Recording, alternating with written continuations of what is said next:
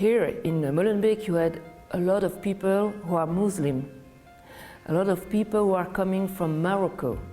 So it explains, this is one of the reasons why we have so many people in contact with radicalism and with jihadism.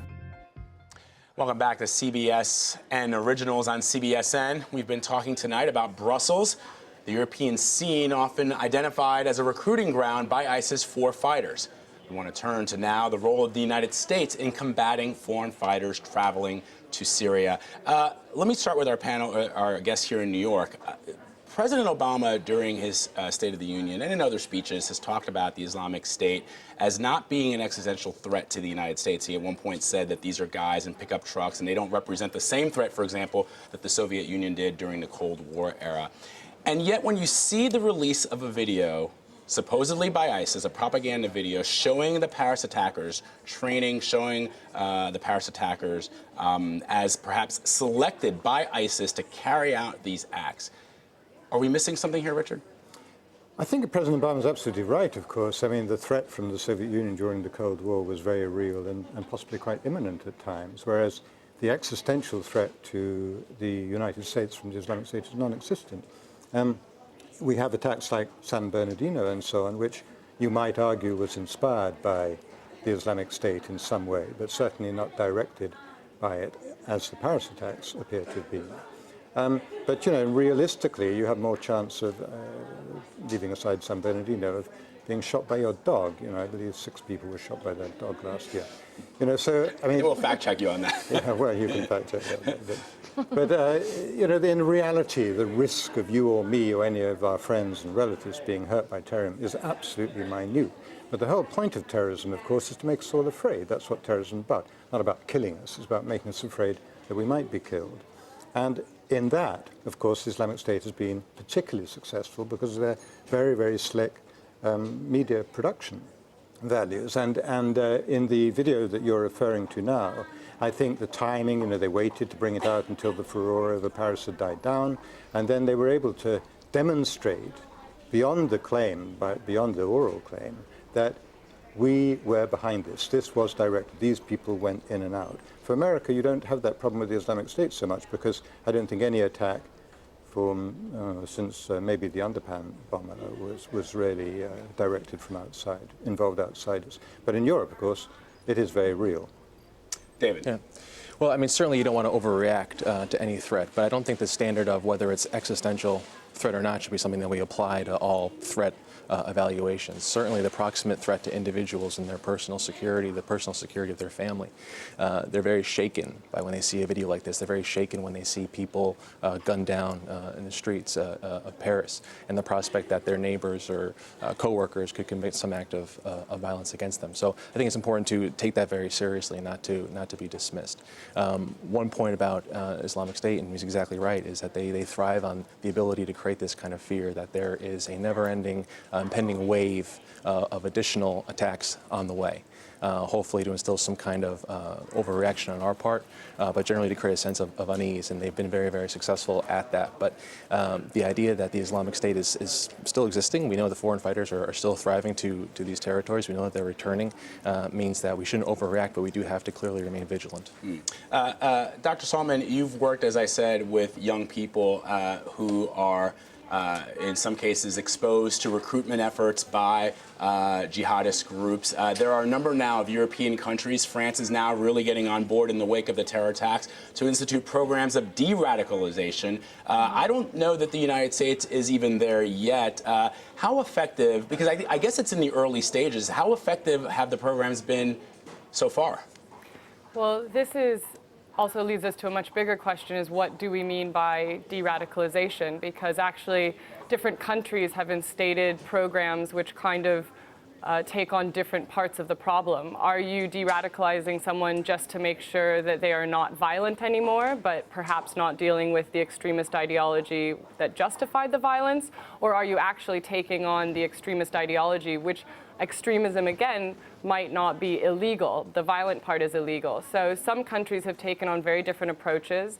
In Denmark, the Aarhus model has taken on a very holistic approach where they actually help with education and housing and finding a job, feeling that integrating someone into society is actually what helps de-radicalize them. Whereas in the UK, it's really tackling the ideology and the violent side of the ideology. So different countries have taken very, very different approaches to that. What's lacking is a lot of these countries really don't have clear methods and evaluation. So it's very hard, although many of them would say that they've been successful, it's very hard to quantify what success in this realm has meant for governments. And I suspect also, and we have data that backs this up, that smaller countries often prioritize national security over some of these other issues that we're talking about, including not just the de-radicalization, but also of trying to properly integrate immigrant communities into the United States. Farah, we had this discussion when we were talking about France, and I wonder if the United States at some point is also going to see some of these issues. Now, we were not a colonial power, so we don't have perhaps some of the same difficulties that France and Belgium have, but you've seen radicalization in countries like Denmark, which was not an imperial power. In the United States, for example, in the state of Minnesota, they've been dealing with trying to integrate people from East Africa into the community. So what can we do here? So Vlad, it's such an important question, and America is so different from anywhere in Europe, and we have to remember that. Our narrative is very unique. And we also have to remember that Islam came to America at the time of the slaves, so it has been part of our nation from the very beginning.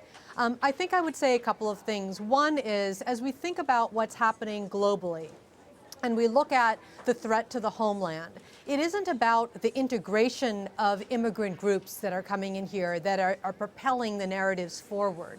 It's what, when we think about the fact that there are active investigations in all 50 states in America, there is something real that's happening in terms of the cost that we're spending on this issue and the threat that we have as well. So when we think about it holistically and understand what are the movers and the drivers of what's taking place in the conversation here in America, you have to look at the change, Vlad, that's happened over the last 10 years here in our country. How are Muslim parents talking about the experience of their young kids growing up? How are Muslim millennials talking about what it means to be American and Muslim at this moment in time? And as we think about those issues, we see a change. And I would never say that it is because we weren't a colonial nation that we're not going to have a problem. What I'm concerned about, as I talked about, is the impact of the us and them narrative that affects the generations of young Muslims here in the United States. The opportunity that we have in America, however, is like no other country in the world. We have the most diverse group of Muslims anywhere in the world, and we can mine the content of the experience of American Muslims to help us bring counter narratives to the fore in an open society in a new way. And that's something that we haven't done to inoculate our community here in America, and indeed, Vlad, to push out a new way of thinking about what it means to be modern and Muslim as a millennial on the planet in 2016. Rukmini, you met Geraldine, the mother, in our piece, and you spoke to her and you came to understand her story. A lot of people may not know, it's hard to tell in our story, that her son had mixed parentage. She was born in Belgium, converted to Islam when she married her husband, who was from Morocco. And so it was interesting to me that somebody of mixed parentage, even he said that he did not feel part of Belgium to her, that he felt that he wasn't part of the society, that he had no opportunities, even though he came from a very, very good home.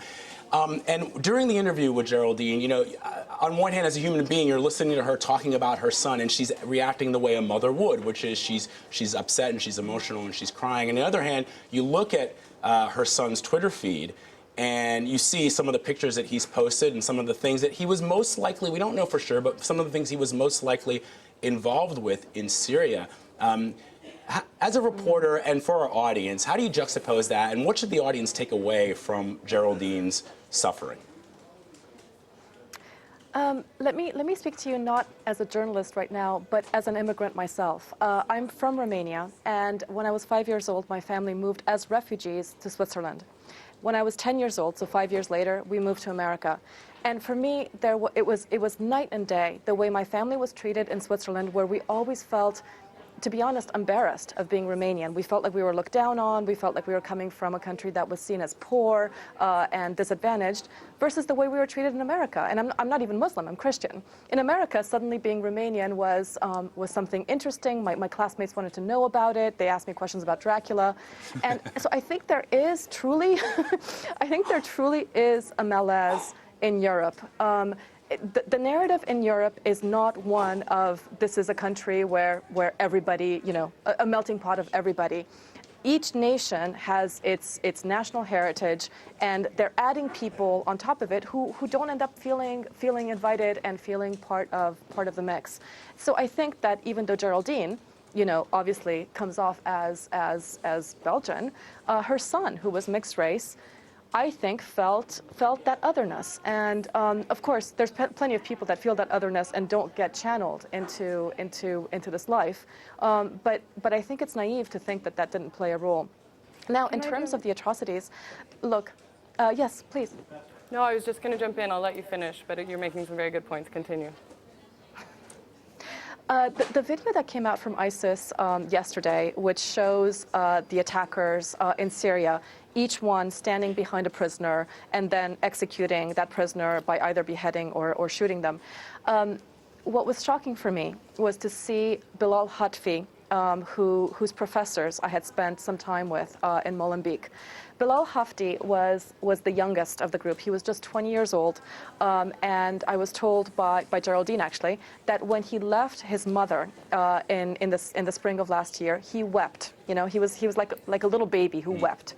And now suddenly, months later, we know that the video there that was shot and that was shown yesterday was most likely shot before September of 2015, because that's when Belgian prosecutors say that they begin to return to Europe. So between the spring and September, you know, 4 or 5 months, he suddenly goes from being this kid that weeps when he says goodbye to mom, to being a man who stands behind a helpless person who has his arms tied behind his back, shoves him forward, puts his knee on his back, and then proceeds to cut off this man's head.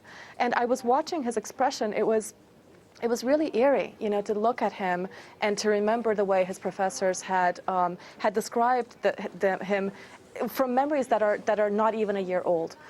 So I think there's something fundamental that's happening in this radicalization that is truly frightening and that is changing, you know, the character of a person, and that is something that I think we need to wrestle with.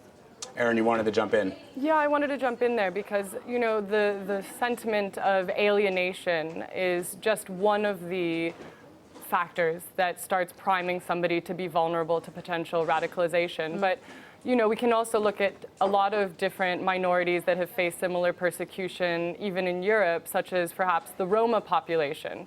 And if it was just alienation we were dealing with, then we would see lots of them becoming violent extremists, and we haven't seen that trend. And what really is important, the difference here is what's on offer. And ISIS as a group is offering a lot. They're offering spiritual fulfillment. They're offering the chance to be a hero in your own narrative.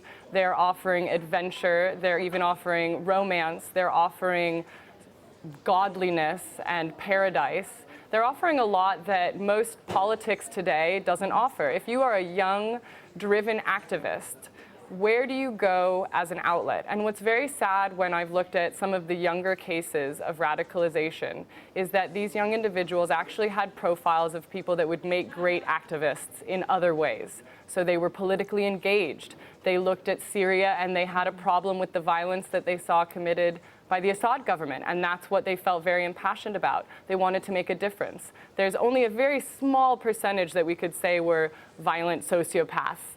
It would be much easier if that was the profile. But we're seeing women go. We're seeing doctors go. We are seeing a huge age range coming from different religious and socioeconomic backgrounds. And that's when we have to, like Farah mentioned, where's the counter narrative? Where's the alternative option that we're giving young people to attach to when they want to identify with being larger than themselves and actually in their minds help the world to what they think is a humanitarian cause? Where is that counter narrative? Where's that counter offer that we're embracing them and allowing them to be positive activists instead of them thinking that the only way they can engage positively is through this violent extremist terrorist organization? That is a great point, Dr. Saltman, and I think it's very interesting in a way. And this is again not to explain away or to excuse the atrocities that the Islamic State commits, but it is interesting that, in a way, what you and to a lesser extent Rukmini were saying is that because these guys may have become great activists, in a way they had soft hearts. That may, in part, one of the factors that may have led them to the open arms of their brothers, which is how they use that propaganda against them by saying, look, you're mistreated in that country, the country that that you are considered an immigrant in. Come to us, your brothers, your sisters in arms. We'll give you all the things that are not available to you in that country that is not your own. Exactly, and actually, if we look at the emotional story of Geraldine, she's a perfect counter-narrative. When we can actually expose the emotional opening for why this is wrong, why this is obviously not a divine spiritual cause, why we're actually hurting real people that we care about, voices like hers, but also voices of former extremists, people that have turned away from it, people that have seen the reality and turned away from that, are very powerful and actually can be utilized in a much more strategic way, online and offline, so that we create that emotional, instead of de-radicalization, maybe we can call it rehumanization, so that that self-other identification that some of us have talked about goes away so that you can embrace other people around you. I want to thank you all. For a wonderful discussion. We can clearly keep talking about this for a while, and I know a lot of people are talking about this. I hope we've added to that discussion, brought some interesting insights and analysis to a very, very difficult problem that not just us in the United States, but everyone around the world is facing. In London, Dr. Aaron Saltman, senior researcher at the United Kingdom's Institute for Strategic Dialogue in Counter-Extremism. From Paris, Rukmini Callimachi, a reporter for the New York Times. In Washington, Farah Pandith from the Council on Foreign Relations. And our two guests here with me in New York, Richard Barrett, Senior Vice President of the Soufan Group, and David Ibsen, Executive Director for the Counter-Extremism Project. Thank you all very much. Appreciate it.